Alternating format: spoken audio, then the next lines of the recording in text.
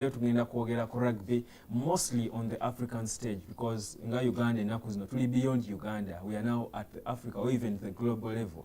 Era nakusuubiza nti nina omukulu chairman wa APO Group, actually CCEO nga bwe nadde ngambe chairman wa APO Group nga bano bwe ba partners, the official partners aba Rugby Africa, ekibiina ekitwala omuzannyo gwa rugby ku ssemazinga wa Africa. Era kubira munno omutegeeza ateeka ku Sanyuka TV, Star Times on app oba channel 222 ku Star Times. Nino mukulu Nicolas POMPIGNE-MOGNARD. Hi. Good to have you. Thank you. Thank you so much for coming to Uganda. How long have you been here? A week. I'm staying for another 2-3 weeks. Oh. So it's almost a month. You know. You must be enjoying yourself. I saw you having some good time with the National Rugby Sevens team. Absolutely. You know that. You saw that. You're aware of that. I did. Yeah. You played rugby yourself? I played rugby during 10 years, not as a professional, as an amateur, in France. And yes, as you were mentioning a few days ago, I was lucky enough to train with the Rugby 7 crane in Legend, I think. Chadondo, it was Chadondo, I think. Okay, yeah, you're right. Yeah. So it was an amazing experience. I tried to, that's how much younger than I am.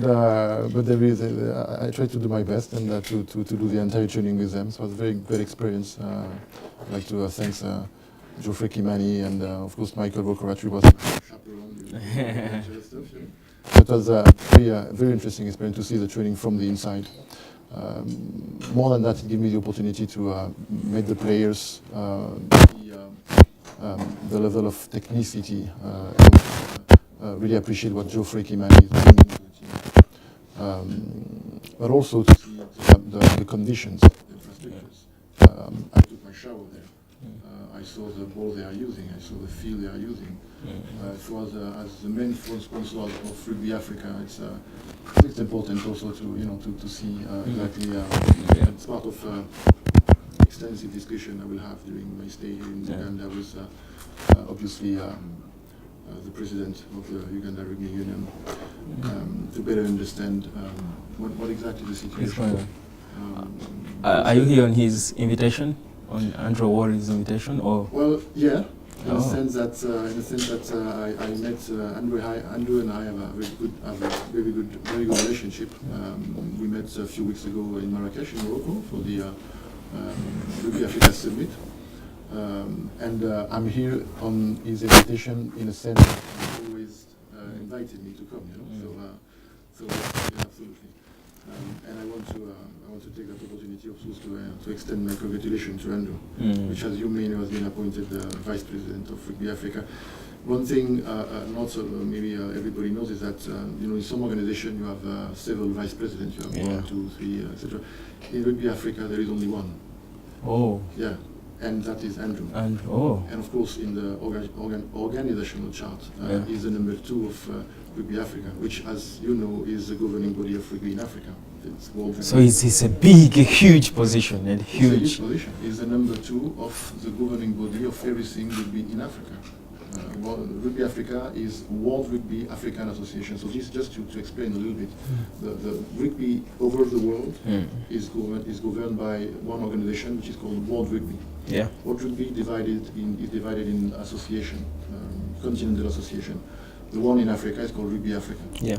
The president of Rugby Africa has been Abdelaziz Bougla since 17 years. And a few weeks ago in Marrakesh, Aziz Bougla stepped down, and the new president is now Khaled Babou, which is a Tunisian. But the number two of the Rugby Africa board is Ugandan. And he was uncontested. He went through uncontested. I don't understand. Well, I think it was everybody was pushing for Andrew to be number 2. Oh. I mean, in French, you're francophone, right? Yeah. In France, they say that nobody is a prophet in his own country. You say that in French? Yeah, you say that in French. Nobody is a prophet is a prophet in his own country. So sometimes say that in French. Well, that's saying. On n'est jamais prophète dans son pays. Oh, son propre pays. Which means basically that some people end up being more famous and more worshipped outside their country than inside their country. You know, but I can tell you, I can testify that Andrew is highly regarded. Why? Why is that? What has he done that? Well, is it the person, the character, or is it more of his work and the achievements he has done? You know, Rugby Africa, as I said, is the governing body of rugby in Africa. We are talking about right now 40 federations. So you are looking at an organization which is almost continental organization, 40 federations to manage. That means 40 presidents to discuss with, 40 different strategy, sponsorship, competitions to organize, etc. It's a lot of work, you know, it's a lot of work. And when you have such an organization, which is a big organization, you need people which have a vision and which are able to implement that vision, which are able to show leadership. And that's what Andrew has proved bring to the organization. And everybody can see that. Yeah. Everybody within the executive committee, within the Rugby Africa board and executive committee can see that he's not only has a vision for what is rugby potential in Africa and how to achieve that potential. More importantly, how to achieve, because everybody can see that there is a lot of potential. The question is how to achieve that potential. So not only is able to put together some idea, and he has a clear vision of where African rugby should go, but on top of that, he has that human capacity to be a leader, to explain, to bring people, to share his ideas, and bring people to follow him, which is leadership. So, so again, I want to extend my congratulations. I think it's a very good news to have Andrew as a vice president. And again, he's number 2, and you know what it's come after number 2. Right? Certainly, number 2 is always a good place to be at. But let's talk about the growth of rugby in Africa. I mean, a couple of years ago, when Mr. Abdelaziz has just come into power, there was barely 5 or even just a handful of countries playing rugby in Africa. Today, 6. Today, I think about 40 or 38, more than half, 70, 80% of Africa plays rugby. That's massive growth of the sport. Rugby is the fastest growing sport in Africa. And Africa is one of the 2-3 fastest growing regions for rugby globally. So if you want some figures, yes indeed, in 2002, we had only 6 countries playing rugby. As we speak, we have 40. And as you know, there is globally in the world there is 105 countries playing rugby, and that means that 1/3 are African countries. But again, there is still a lot of potential, and I think well, Aziz Bourja, you mentioned his name, and I think. Clearly, everybody appreciates the fact that everybody's. I mean, African rugby owe a lot to Aziz's works. He really lays a foundation, moving from 6 countries to 40 countries, etc. Now that the rugby is established in those 40 countries, we can build, and there is a huge potential in terms of number of players. In terms of fan base. So the figures are staggering when you look at the figures. For example, the figure of 2017, we are talking about a 66% increase in the number of players in Africa. When you have globally, I think it's only 24%, something like this.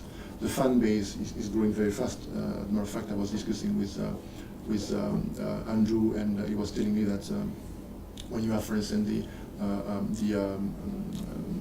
Algon Cup, right? The Algon Cup, Uganda and Kenya. You have so many people. Massive, huge crowds. Yes, a huge crowd. So, and we can see that the sponsors are more and more interested. We are hearing now about multinational companies, global brands, discussing with clubs, discussing with federation, etc. So not only local sponsors. So clearly, everybody can see the potential of rugby in Africa, but of course, it's only a potential. To realize that potential, we need maybe to change a few things, and that's where people like Andrew can perhaps come in. They can try to be creative in changing the things. Exactly. in a way, I was of course, while I'm in Uganda, I'm going to have a series of meeting with Andrew, and by the way, I will be hosting, APO Group will be hosting a dinner for the rugby, Ugandan rugby community in a few days. I think the 18th we have 60 guests. I haven't got my invitation. I wanted to be without press. I want to have only players coach, because I really want to. I want that thing to be an open discussion. I really want us to be able to, and for people to be able to speak freely. About the sport. I'm a former journalist myself. I do. I'm a former journalist. Tracy told me that. I wanted to be. I don't want people to feel pressure. Because they're what they say will be reported in the media, etc. So yes, the potential is huge, but again, potential is nothing if we don't realize that potential. And there is a competition. There is a competition between sports. I'm a former journalist. I'm an entrepreneur. APO Group is 11 years old now. We have 300 clients, 85% of multinational companies. Facebook, Uber, Microsoft, DHL, Orange, etc. The list is quite long. Also governments and NGOs and personalities, etc. And we can see that there is a huge interest in Africa. More and more companies are investing. So things are happening. And my feeling is that what happened a few years ago, when you had all these multinational companies looking at Africa, starting to look at Africa as the last frontier in terms of growth, etc., etc. I think it's starting to happen with international sports federations. You know that the United Nations are forecasting that the African population will double by 2050, reaching 2.4 billion. And more than that by 2100, the population is expected to. I mean, Africa, according to the UN, United Nations study and report on demography, Africa should represent 40% of the overall of the world population. 40%. So, of course, the multinational companies a few years ago started to invest and see the interest because there is a rise of high middle class and etc. etc. So we can understand that. But I think now it's a turn of the sports federations, and I'm sure you're aware about the NBA. The NBA just announced, and FIBA, we just announced the launch of Basketball Africa Basketball League. I think we're going to have more than that. I think within the next 5 years we're going to see some unexpected maybe sports. Golf, badminton, whatever. Investing in Africa, because right now, whatever activity you are in, business and sport, you cannot disregard Africa. Because it's too many people. It's too much potential. Amazing. Of course. Let's get back to the rugby in Africa and talk about this. We've spoken of how so many countries do play rugby, but there's one that I find a bit peculiar in terms of what they have achieved and who they really are. If you do your research, Namibia, arguably one of the big cousins of rugby in Africa, yet they don't even have professionals. This growth of Namibia into who they are, the big Namibia they are in the rugby world, how can it be explained? Well, I had a call, a conference call with Melvin Green, which is the general manager of Namibia Rugby Union, and with the media relation manager Daniela yesterday, and we discussed about Namibia participation to the World Cup. But for the viewers which are interested in that specific question, there is a video online, which is a recording of an online press conference. It's on YouTube. If you browse Namibia online press conference, it's a 1 hour discussion with the general manager of Namibia Rugby Union, with the coach, and also with the captain. It is extremely interesting because you learn a few things. And it will be part of the reason why I had that call yesterday with Namibia is because we are starting to work on the communication around Namibia participation to the World Cup in Japan. And Namibia, apart from South Africa, Namibia will be representing Africa as the winner of the Rugby Africa Gold Cup. And the angle we're going to choose, and the thing we really want to say, and the angle we want to communicate on is that, yes, indeed, as you just said, Namibia, when they're going to, those players which are going to travel to Japan to represent Africa, winner of the Africa Gold Cup, they're going to compete against, you know, I don't know, France, New Zealand, whatever, etc. They will be the team with the highest number of amateurs, if not only amateurs on the field. They'll be the only players for which it's actually cost money to attend. They'll be the only players which are going to have to say to their boss or to their clients, okay, listen, I have to go for 1 month, 1 month and a half to represent my country in Ukraine. And I mean, we reach a point where I understand that Namibia may not win the competition, the Rugby World Cup, but at least we want them to win respect.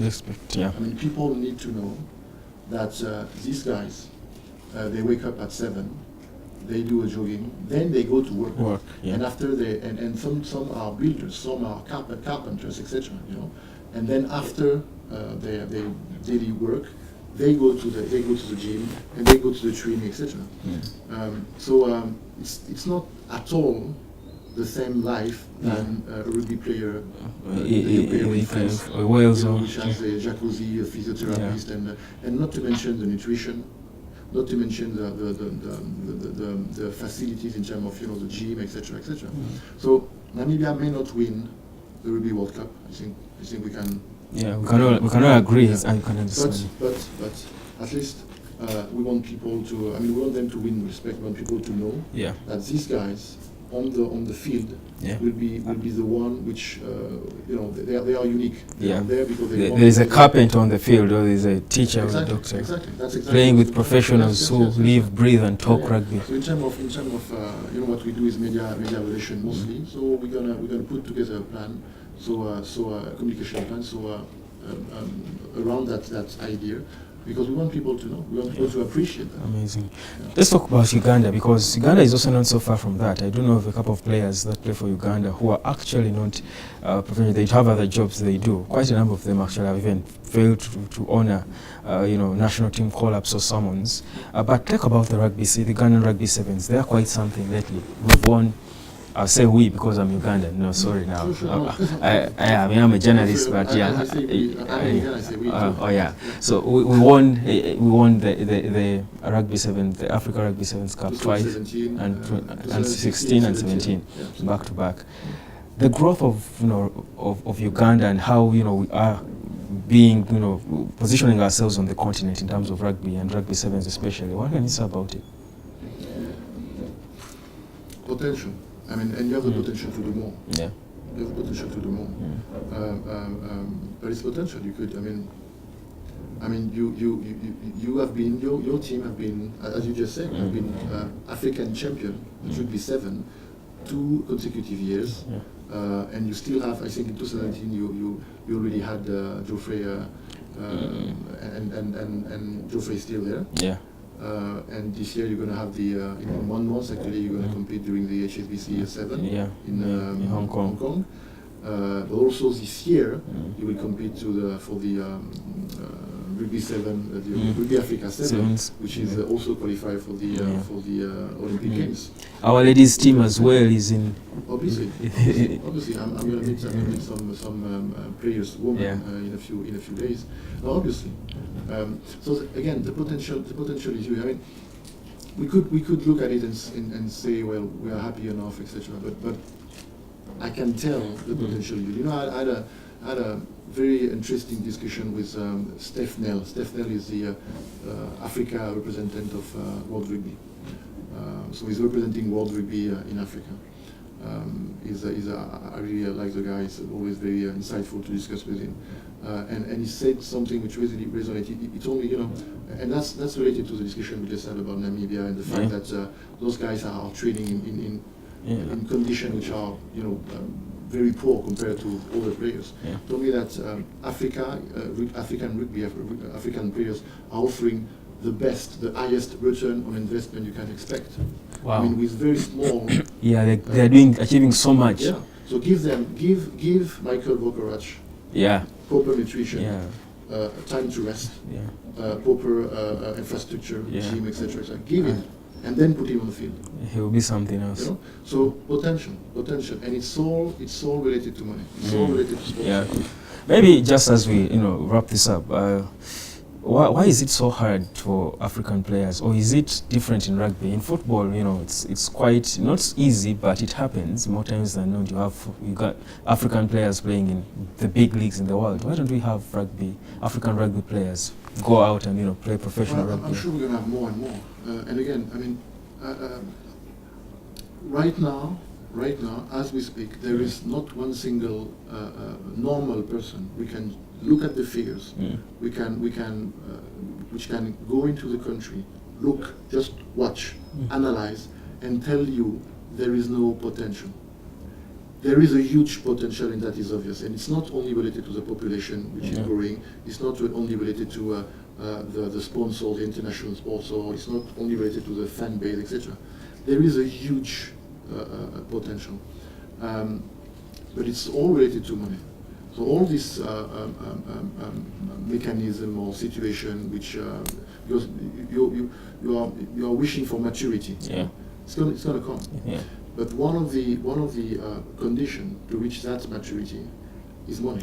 Investment in the sport. And it's all. I mean, as a businessman, as an entrepreneur, and as a partner, the main official partner of Rugby Africa, I'm trying to find the roots, the highest level of the problem, the cause of the problem, and the solution, the best solution.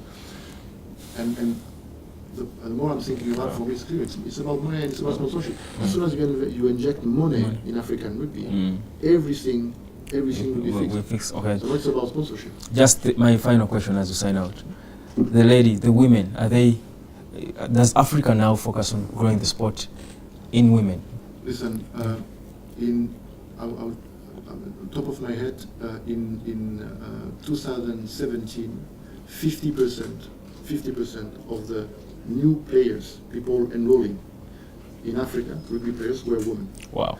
And in Africa, as we speak, 20% of rugby players in Africa are women. Wow, amazing. Have you played rugby yourself? Yeah, 10 years. Which position? I was a hooker. Oh, hooker. Wow, interesting. Our best. I was bigger. Well, I was going to ask you that. The best hooker in Uganda is, I think, Alex Mobiru of Heathens. You ask about him. You should be. Oh, Sebon Devazava ici. Did I say that right? Come again? Sebon Devazava ici. Good to have you here. Okay. Well, how do they say that in French? Good to have you here. J'ai été heureux de vous recevoir. J'ai été heureux de vous recevoir. Oh, wow, that's very serious French. Merci beaucoup. Thank you for trying anyway. Thank you so much. That's Mr. Nicolas Pompigne-MOGNARD.